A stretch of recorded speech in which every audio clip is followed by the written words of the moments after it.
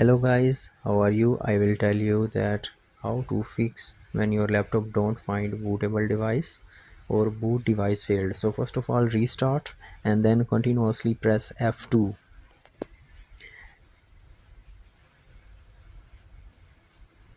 and in this menu just click boot sequences, and here you will find two options, legacy and UEFI. So click UEFI, apply changes.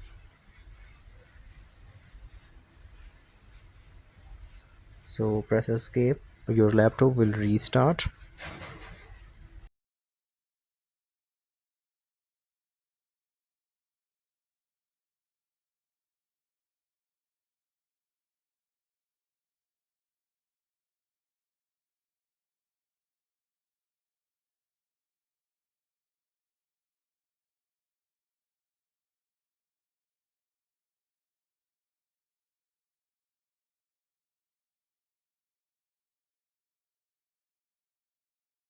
So enjoy and like my video.